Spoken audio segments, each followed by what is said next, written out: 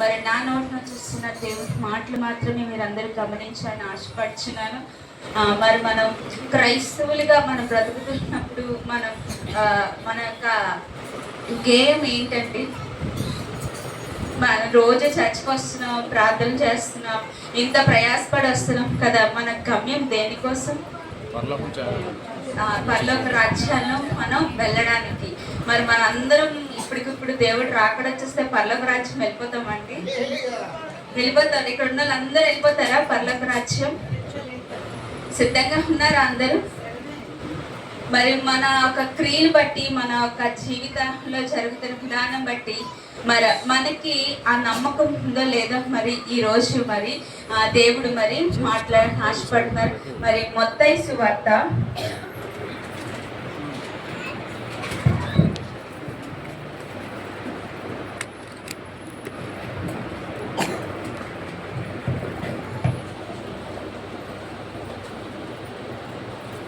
మత్తయి సువార్త 3వ అధ్యాయం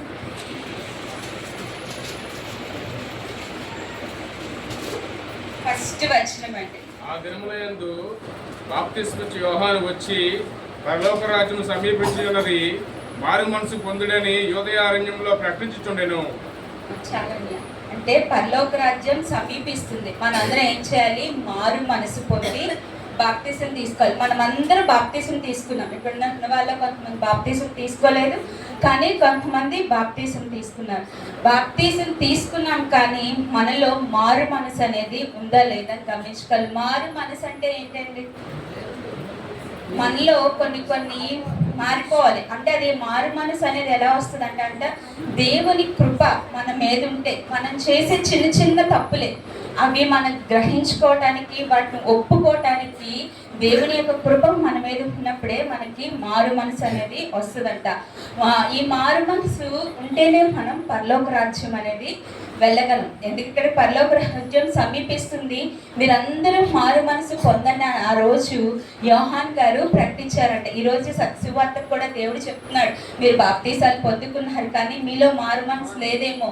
ఎందుకంటే ఈ లోకంలో మనం బ్రతుకుతున్నప్పుడు మనల్ని కొన్ని కట్టిపడేస్తారు. అంటే పెద్ద పెద్దవి కాదు, కొన్ని ఆచారాలకి, కొన్ని అలవాట్లకి, కొన్ని బంధకాల్లో మనం పడిపోతాం. వాటి నుంచి మనం ఎంత విడుదల పొందాలన్నా పొందలేకపోతాం. కానీ అటువంటి సమయాల్లో కూడా మనం రాజీ పడేవారుగా దేవుడి దగ్గర ఉండకూడదు. ఈ లోకంలో ఈసారికే కదా దేవుడు ఏమనుకోలే అన్న యొక్క తత్వం మనలో ఉండకూడదు. ఎందుకంటే మన హృదయం శుద్ధిగా ఉండాలని దేవుడు కోరుకుంటాడు. మన యొక్క జీవితం కూడా శుద్ధిగానే ఉండాలి. మనం బయటకి ఎలాగున్నా పర్వాలేదు, హృదయం మాత్రం శుద్ధిగా ఉంటే సరిపోతుంది అని అనుకోకూడదండి. ఎందుకంటే మనం ఉన్న వాతావరణాన్ని బట్టే మన యొక్క హృదయము, మన యొక్క ఆలోచనలు, మన యొక్క తలంపులు అనేవి ఎలా ఉన్నాయో తెలుస్తాయండి. మరి ఈ మారు మనసు అనేది బాప్తీసం తీసుకున్న వెంటనే వచ్చేది. బాప్తీసం తీసుకున్న తర్వాత చాలామంది నేను బాప్తీసం తీసుకున్నాను. నాకు 17 years ఉన్నప్పుడు రాయన్కి, నాకు సుజీకి మరి బాప్తీసం ఇచ్చారు. నేను బాప్తీసం తీసుకున్న తర్వాత నాకు బాప్తీసం తీసుకున్నాను, కానీ నేను అప్పుడు ముందు ఎలా బ్రతికానో తర్వాత కూడా అలానే బ్రతికాను. కానీ నాలో ఏ మార్పు లేదు. బాప్తీసం మాత్రం తీసుకున్నాను. ఫస్ట్ వీక్లో కమ్యూన్ మాత్రమే తీసుకునేది. అది తీసుకున్న తర్వాత. కానీ మరి నాకు 26 సంవత్సరాలు వచ్చిన తర్వాత, అంటే సుమారు 10 సంవత్సరాలు గడిచిపోయిన తర్వాత బాప్తీసం అంటే ఏంటి, మారు మనసు, నేను దేవుడితో పట్టబడినప్పుడు నాకు దేవుడు దాని యొక్క అర్థాన్ని అయితే ఈ వాక్యాన్ని ఎంచుకోవడానికి కారణం ఏంటంటే, బన్ను నన్ను క్వశ్చన్ అడిగాడండి. ఏంటంటే, అక్క పరలోక రాజ్యం వెళ్ళిపోవడానికి బాప్తిస్మ ఒకటి ఉంటే సరిపోతుంది కదా అని అడిగి, అయ్యి ఇలా ఆలోచిస్తున్నాడు ఏంటి? అప్పుడు నేను దేవుడిని అడిగాను, ప్రవ్వా మరి ఇలా అడిగాను, నేను ఎలా చెప్పాలి? ఇలాగా నేను కూడా అనుకున్నాను ఒక రోజు, బాప్తిస్మ ఉంటే మాత్రం పరలోక రాజ్యం వెళ్ళిపోవచ్చు అని. కానీ అప్పుడు దేవుడు నాతో ఏ విధంగా మాట్లాడాడంటే, మనకి మారు మనసు ఉండాలి. అంటే కొన్ని అట్లా మనిపోతాను. నేను దేవుని సన్నిధానంలో చెప్తాను, నేను బాప్తీసం తీసుకున్న తర్వాత యవ్వనాలుగా ఉండేటప్పుడు కొన్ని ఫ్రెండ్స్తో ఉండేటప్పుడు కానీ మన చుట్టుపక్కలతో ఉండేటప్పుడు కానీ లోక విషయాలు లోక పనుల్లో కొన్ని అట్లా నేను పాల్గొనేదాన్ని. కాలేజీకి వెళ్ళినప్పుడు కాలేజీలో ఫెస్ట్లు అయినప్పుడు వాళ్ళు ఎంజాయ్ చేస్తున్నట్టు నేను కూడా ఎంజాయ్ చేస్తూ అన్నీ చేసేదాన్ని. కానీ అవి అప్పుడు నాకు తప్పని తెలియలేదు, అవన్నీ నేను అప్పుడు గ్రహించుకోలేకపోయాను. కానీ దేవుడు నేను ఎప్పుడైతే దేవుడితో పట్టబడ్డానో అవన్నీ నేను ప్రార్థించినప్పుడు దేవుడితో నేను ఏ తప్పు చేయలేదు కదా, నేను ఏ పాపం చేయలేదు కదా, నాకు ఎందుకు అని వచ్చినప్పుడు దేవుడు నాకు ఒక్కొక్కటి నువ్వు దేవుని పెట్టేటైతే ఉన్నావు కానీ సంపూర్ణమైన ఒక క్రైస్తవురాలు బ్రతుకు నాకు లేదని. అంటే నేనేం చెప్పాలనుకుంటున్నానంటే ఈ లోకంలో మనం ఉండేటప్పుడు కొన్ని అలవాట్ల నుంచి మనం విడిచాడు. అంకుల్ కూడా చాలా సార్లు వాక్యంలో చెప్తూ ఉంటారు, మీకు గుర్తుందో లేదో కానీ ఒక పాత చీపురు కోసం ఒక అవాయిడ్ చెప్పుల కోసం చెప్తూ ఉండేవారు. ఏంటంటే ఎన్నిసార్లు చీపురు చూసి కొత్త చీపురు కొందాంలే, కొత్త చెప్పులు కొనుక్కుందాంలే అంటాం కానంట అది తెగిపోయినా కూడా మళ్ళీ పిలిసి పెట్టుకుంటామంట. అవి మనం పడేయము. అలాగే మన బ్రతుకుల్లో కూడా విడిచిపెట్టేద్దాం ఇంక చేయకూడదు, ఈ పాపం ఎప్పుడు మళ్ళీ నాలో రాకూడదు, ఈ తలంపు నాలో రాకూడదు అని అనుకుంటాం కానీ దాన్ని మనం విడిచిపెట్టలేం. మారు మనసు అంటే పాటలు పాడియడం, దేవుని సన్నిధానికి వచ్చేయడం, వాక్యం చెప్పడం, నెక్స్ట్ దేవుని పేరు మీద కార్యాలు చేసేయడం కాదు. కానీ మనకి మారు మనసు అంటే ఈ లోక స్నేహము దేవునికి వైరం అని ఉన్నదండి. మరి ఈ లోకంతో మనం బ్రతకకూడదు, ఈ లోకాలతో కానీ ఈ లోకంలో ఉన్న అంటే ఈ లోకంలో బ్రతకకూడదు అంటే ఈ లోకంలో ఉన్న క్రియలు మనల్ని అంటుకోకుండా మన శుద్ధిపరచుకోవాలి. ఎందుకంటే మన అంచె దినాల్లో ఉన్నాం. ఈ అంచె దినాల్లోనే మనకి ఇంకా దేవుడు గోరుముద్దలు పెట్టి చెప్పడు ఏంటంటే మనకి ఇక్కడ నుంచి హెచ్చరికలే వస్తాయి. ఆ హెచ్చరికల్ని మనం గమనించుకొని దేవుడు ఇంకా పసిబిడ్డల వల్లే పేతురు ఒక దగ్గర అంటే నేను పసిబిడ్డలతో మాట్లాడినట్టు కాదు కానీ ఎవరితో మాట్లాడాలనుకుంటున్నాను, ఆత్మీయంగా మనం ఇంకా ఎదగాలని అనుకుంటారు. అయితే యోహాన్ గారు కిందకు వచ్చేసరికి అంటారు, మనకి మన యోహాన్ గారు అయితే మనకి ఎందులో బాప్తిస్మం ఇచ్చారంటే అప్పుడు మన పాస్టర్ గారులని నీళ్ళల్లో బాప్తిస్మం ఇస్తారు. బాప్తిస్మం ఇచ్చిన తర్వాత మనం అదే బ్రతకకుండా మనం మారు మనసు అనేది పొందాలి. ఆ మారు మనసు పొందిన తర్వాత కూడా ఆ కింద నాకు వాక్యం ఉంటుందండి, మారు మనసుకు తగిన ఫలము ఫలించుడి అని ఉంటుంది. మారు మనసుకు తగిన ఫలము ఫలించుడి అంటే ఎలాంటి ఫలం మనం ఫలించాలంట? మంచి ఫలము ఫలించాలి. ఇప్పుడు మనం ఒక చెట్టు వేసాం, ఆ చెట్టు వేసినప్పుడు మనకు బైబిల్లో కూడా ఒక స్టోరీ తెలుసు. ఒక యజమాని ఒక ద్రాక్ష తోట వేస్తాడు, సంవత్సరం అంతా దానికి ఎరువులేసి కాపు కాసి దాని చుట్టూన్న రాళ్ళు పొదలు అన్నీ తీసి కంచి కట్టి సంవత్సరం అంతా దానికి కాపు కాసి అన్ని విధాలైన సౌకర్యాలు దానికి ఇచ్చి సంవత్సరం అయ్యి వచ్చేసరికి అది కారు ద్రాక్షలు కాస్తే మనమైనా సహించగలమండి? సంవత్సరం అంతా చూసాం, మంచి ఫలాలు ఫలిస్తుందేమో, మంచి తీయనైన పండ్లు ఇస్తుందేమో అని మనం కూడా ఎంత ఆశగా ఎదురు చూస్తాం. కానీ అదొక్కసారి ఒక చేదు కారు ద్రాక్ష లాంటివి, ఒక చేదు పళ్ళు లాంటివి మనం అవి కాసినట్లయితే మనం కూడా సహించలేం. అలాగే కూడా దేవుడు మనకి అన్ని విధాలైన సౌకర్యాలు ఇచ్చి మనకి లోకంలో ఉన్న వారి కంటే మళ్ళీ ప్రత్యేకపరిచి వారి ముఖ్యంగా తన రక్తాన్ని ఇచ్చి మనల్ని విమోచించినప్పుడు మనం మంచి ఫలం ఫలించాలా లేదంటే దేవుడికి అయిష్టంగా ఉండాలండి? మంచి ఫలం ఫలించేవారుగానే మనం ఉండాలి. ఒకవేళ మంచి ఫలం ఫలించకపోతే ఏమవుతుందంట? ఆ కిందన ఉంటది 10వ వచనంలో, ఇప్పుడే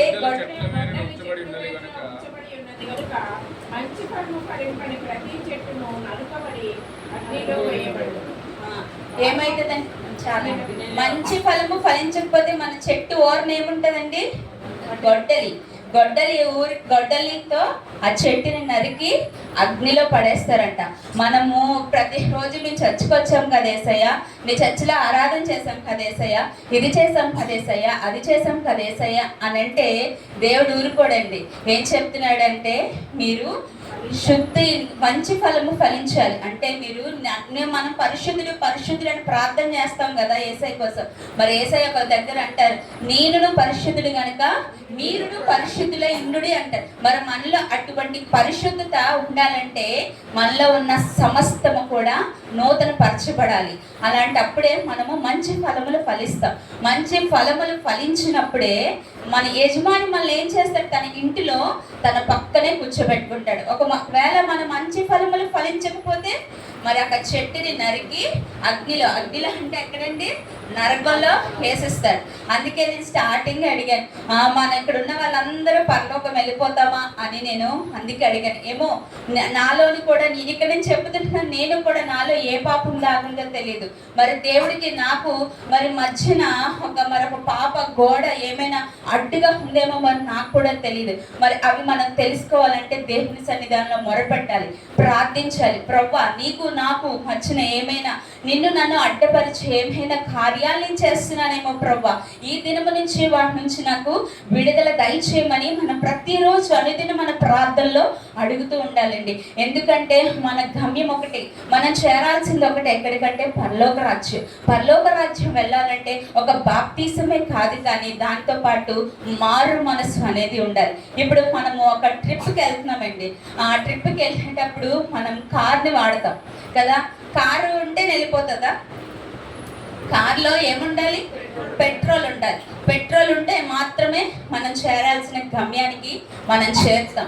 మనం ఇప్పుడు ఒక ట్రిప్ పరలోక రాజ్యం అయితే రక్షణ బాప్తిస్మ కార్లా చూసుకుంటే అందులో వాడే పెట్రోలు మనం మారు మనసు అండి. ఆ మారు మనసు అనేది మనలో లేకపోతే మనము పరలోక రాజ్యం అనేది వెళ్ళము. నీటిలో బాప్తిసం తీసుకుంటున్నాము, మారు మనసు ఉన్నది. అయితే మరి యేసయ్య ఈ లోకానికి మరి యోహాని గారు చెప్పేశారు కదా, మీరు బాప్తిసం తీసుకోండి, మారు మనసు పొందండి.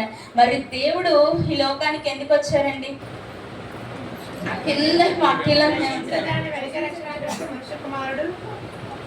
కానీ ఇక్కడ ఒక మాట ఉంది 11వ వచనంలో, మీకు బాప్తిసం ఇచ్చినాను, అయితే నా వెనుక వచ్చేవాడు నాకంటే శక్తిమంతుడు, ఆయన చెప్పులు మోయటకైనను నేను పాత్రుడు కాను, ఆయన పరిశుద్ధాత్మలోను అగ్నితోను మీకు బాప్తిసం ఇచ్చింది. ఇప్పుడు మనందరము నీళ్ళలో బాప్తిసం పొందిన వారిని, మారు మనసును పొందిన వారిని. అయితే ఇంకొకటి మూడోది కూడా ఉంది, మనం ఎందులో బాప్తిసం పొందాలండి?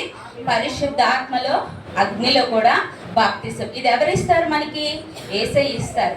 అయితే నేను మరి 2025లో మరి నేను అనుభవించిన శ్రమలు బట్టి అయితే నేను ఇంకా ఎలా అంటే ఇంకా దేవుళ్ళ నుండి అయితే మా మమ్మీని అడిగేదాన్ని, మమ్మీ నేను రోజు బైబిల్ చదువుకుంటున్నాను, 15 అధ్యాయాలు చదివేస్తున్నాను, 4-5 సార్లు కూర్చొని గంటలు ప్రార్థన చేసేస్తున్నాను, మరి ఇంకా నాలో ఏమైనా మార్పు రావాలా అని అంటే, అయితే నువ్వు నన్ను కాదు కానీ దేవుని అడుగు అని చెప్పినప్పుడు నేను ప్రభువా, నాకు నాలో ఇంకా ఏమైనా నీకు మార్పు, నాలో నుంచి ఇంకా నువ్వేమైనా కోరుకుంటున్నావా నేను ప్రార్థించినప్పుడు, అప్పటి వరకు నేను ఎప్పుడు పరిశుద్ధాత్మ అనుభవాన్ని నేను పొందలేదండి. అయితే నాకు ఎవరైనా గట్టిగా ప్రార్థన చేసి ఆ పరిశుద్ధాత్మతో భాషలు మాట్లాడినప్పుడు వీళ్ళు మాట్లాడే మాటలు వీళ్ళకి అర్థమైనా తెలుస్తుందా అని ఆలోచించేదాన్ని. అయితే నేను ప్రార్థిస్తున్నాను. నేను ఒక వాక్యం విన్నాను. ఏంటంటే మన పొయ్యిలో కర్రలు ఉంటాయి కదండి, ఆ కర్రలు అన్నీ కాలుతున్నప్పుడు ఎలా ఉంటుంది? దగదగ మనకి కాలుతా. అందులో ఒక కట్టె తీసి పక్కన పెడితే ఏమవుతుంది? ఆ పక్కన పెట్టిన కట్టె ఏమైనా ప్రయోజనం ఉందా? దాని మీద వంట చేయలేము, ఏమీ చేయలేము. నేను కూడా అటువంటి లాగే ఉన్నాను. ఎందుకంటే నేను రోజు ప్రార్థన చేస్తున్నాను, బైబిల్ చదువుతున్నాను, కానీ నేను చేసిన దానికి నాకు ప్రయోజనం అనిపించలేదు. ఎందుకంటే నాకు సహవాసం అనేది లేదు. నేను ఎలా ఉండిపోయానంటే నాకు అంటే హెయిర్ ఊడిపోయాను కాబట్టి అది చాలా స్త్రీలకు ముఖ్యం కాబట్టి నేను వచ్చేంత వరకు నేను జడేసుకునేంత వరకు నేను చర్చికి రాను అని కూర్చున్నాను. అయితే స్టీఫెన్ పాల్ గారు చర్చికి వెళ్ళిపోయేదాన్ని అంటే ఎవరు మనకు తెలియదు కదా, వెళ్ళిపోయేదాన్ని అలా అనుకుంటున్నాను. అయితే ఈ ప్రార్థన చేసినప్పుడు దేవుడు నాతో పరిశుద్ధాత్మ తాకబడిన తర్వాత ఒక మాటలు మాట్లాడు ఏంటంటే, నీకు నాకు నీ జుట్టు అడ్డ, నువ్వు చర్చికి రావడానికి అది నేను ఆటంకపరుస్తున్నప్పుడు మరి నేను 26 నాకు వచ్చిన తర్వాత వస్తానని చెప్పిన దాన్ని మరి మనకి 18వ తారీఖున చర్చ్ యానివర్సరీ కదండి. నేను ప్రార్థన చేసుకుని దేవుడు నాతో ఇలా మాట్లాడిన తర్వాత మా మమ్మీకి వచ్చి చెప్పాను, మమ్మీ నేను రావట్లేదని ఫీల్ అవుతున్నాను కదా, నేను 18న యానివర్సరీకి వస్తాను, అది నేను వస్తున్నట్టు విజయానికి మాత్రమే తెలుసు. అయితే నేను ఆ రోజు అంటే అలా ఎలా రాబడ్డానంటే, పరిశుద్ధాత్మ దేవుడు ఎప్పుడైతే నన్ను తాకాడో మరి ఈ చిన్న చిన్నవి కూడా నాకు అడ్డు కాదు ప్రభువా నీతో అని నేను సమస్తాన్ని విడిచిపెట్టి మరి దేవుని సన్నిధానికి అప్పటి నుంచి నేను రావడం మొదలుపెట్టాను. వచ్చినప్పుడు చాలా భయముతో భీతితో వచ్చాను, కానీ నేను వెళ్ళేటప్పుడు సంతోషమైన మనసుతో వెళ్ళానండి. ఎందుకంటే దేవుడు నన్ను అట్టు రీతిగా తన యొక్క మార్గంలో పెట్టాడు. అయితే దేవుడు మనకి పరిశుద్ధాత్మలో అగ్నిలో బాప్తిసము ఇస్తారు. అయితే మనకు బాప్తిసం తీసుకున్న వెంటనే అది వచ్చేది ఒక యేసయ్యకు మాత్రమే. బాప్తిసం తీసుకున్న వెంటనే పరలోకంలో నుంచి మరి పావురం వచ్చి మరి దేవునికి మాత్రమే వెంటనే పరిశుద్ధాత్మ వచ్చింది, కానీ మన ఎవ్వరికి అది రాదు. మరి అది మనకి రావాలంటే మనం ఏం చేయాలండి? దేవునిలో కనిపెట్టాలి. మరి ఒక వాక్యం చూపిస్తానంటే అపోస్తుల కార్యాలు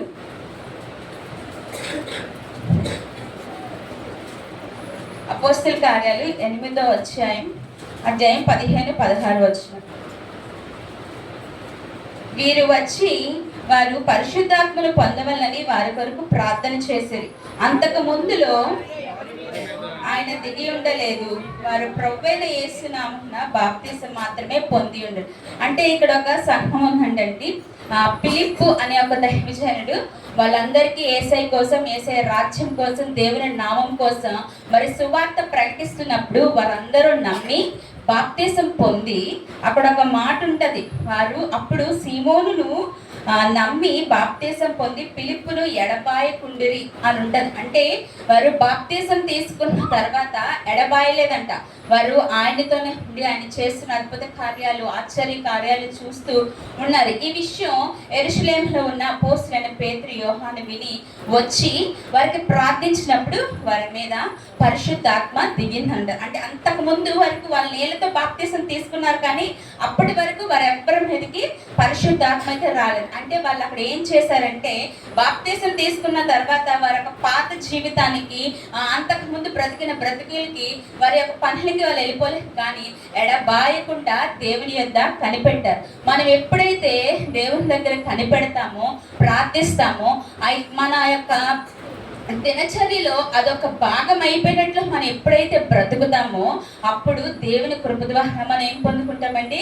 పరిశుద్ధాత్మ అనేది పొందుకుంటాం. ఈ పరిశుద్ధాత్మ అనేది ఆ నీళ్లతో బాప్తిసం తీసుకోకపోయినా కూడా వస్తుంది. ఒక దగ్గర పేతురు గారు వాక్యం చెప్పుతుండగానే వారందరూ అన్యజనులు అయినప్పటికీ వారందరికీ ఉన్నట్టుండి వాక్యం వింటుండగానే ఏమొచ్చేస్తుంది అంటే పరిశుద్ధాత్మ వచ్చేస్తుంది. అప్పుడు పేతురు గారు అంటారంట, వీరు కూడా మాలాగే పరిశుద్ధాత్మ పొందుకున్నారు, వీరికి బాప్తిసం ఇచ్చుటకు ఆటంకం ఏమీ లేదు అని అప్పుడు బాప్తిసం ఇస్తారంట.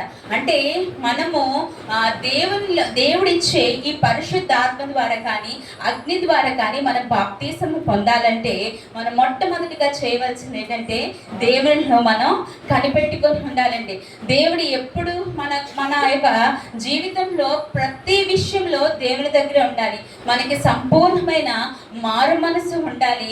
మనం విడిచిపెట్టిన వాటిని మళ్ళా మనం వాటిని పట్టుకోకూడదు. ఒకసారి విడిచిపెట్టేసామా, ఎట్టి పరిస్థితుల్లోనైనా, ఎలాంటి పరిస్థితుల్లోనైనా కూడా వాటిని మళ్ళా వాటి జోలికి కూడా మనం పోకూడదు. అటువంటి బ్రతుకులు మనం బ్రతకాలి. రాజీ పడలేని జీవితాలు మనం జీవించాలి. అలాంటప్పుడే మనము పరిశుద్ధాత్మ అగ్నిలో బాప్తిసం పొందుతాం. యోవేలు గ్రంథంలో ఉంటది కదండి, మనం అంచె దినాల్లో ఉన్నాము, మన వృద్ధులు, కుమారులు, యవ్వనులు ప్రవచించాలి, వారి మీదకి ఆత్మ దిగి రావాలి. ఇవన్నీ కూడా మన సంఘంలో కూడా నెరవేరాలంటే మనం ఏం చేయాలండి? మనం దేవుని యొద్ద కనిపెట్టాలి. ప్రభువా, మా సంఘంలో కూడా అటువంటి ఉత్తేజం, అటువంటి పరిశుద్ధాత్మ దిగి రావాలని కూడా మనం ప్రార్థించాలండి. అయితే మనము దేవుని రాజ్యానికి వెళ్ళాలంటే మొట్టమొదటిగా నీళ్ళ బాప్తిసంతో పాటు మనం పొందుకోవాల్సింది మారు మనసు. అదే విధంగా మారు మనసుతో పాటు మనము దేవుని చేత పరిశుద్ధాత్మ అగ్నిలోని బాప్తిసం పొందాలి. ఎందుకంటే దేవుడు మనకి ఆ పరిశుద్ధాత్మ అగ్నిలో బాప్తిసం ఇవ్వడానికి ఈ లోకంలోకి వచ్చి మనం చేసిన తలంపులకి ఆయన ముళ్ళకి కిరీటం, మన చేతులతో చేసిన తప్పులకి ఆయన చేతులకు మేకులు, మనం వెళ్ళకూడని చోట్లకి వెళ్ళడానికి ఆయన కాళ్ళకి మేకులు, మనం ఆడిన మాటలకి, మనం ప్రవర్తించే ప్రవర్తనకి ఆయన మొహాల మీద గుద్దారు, మరి తన్నము వేయబడ్డారు. మనం చేసిన ప్రతి పాపము నుంచి మనకి యేసయ్య విముక్తి ఇచ్చి తన పరిశుద్ధాత్మలో మనకి బాప్తిసం ఇవ్వడానికి సిద్ధంగా ఆయన ఉన్నప్పుడు మరి ఆయన ఇచ్చిన ఈ గొప్ప అవకాశాన్ని మనం కూడా స్వీకరించడానికి రెడీగా ఉండాలండి. అందుకే ఈ దినము మరి నీతో నాతోని కూడా దేవుడు ఒక్కటే మాట్లాడుతున్నాడు, నేను పరిశుద్ధుడని గనక మీరును పరిశుద్ధులనండి, నాతో పాటు నా దగ్గర ఉండమని చెప్తున్నానండి. మరి ఒక చిన్న వాక్యాన్ని దేవుడు దీవించను గాక. నాకు అవకాశం ఆంటీ ఎప్పుడో ఇచ్చారు. మరి నాకు మరి నా ప్రిన్సీకి పోక వల్ల నేను వాయిదాలు వేసుకుంటూ వచ్చాను. మరి కుమార్తె కొరకు మీరందరూ ప్రత్యేకించి ప్రార్థించారు. దేవాదేవుని బట్టి మీ అందరికీ వందనాలు చెల్లిస్తూ మరి ఈ చిన్ని మాటలు దేవుని కూడా దీవించను గాక.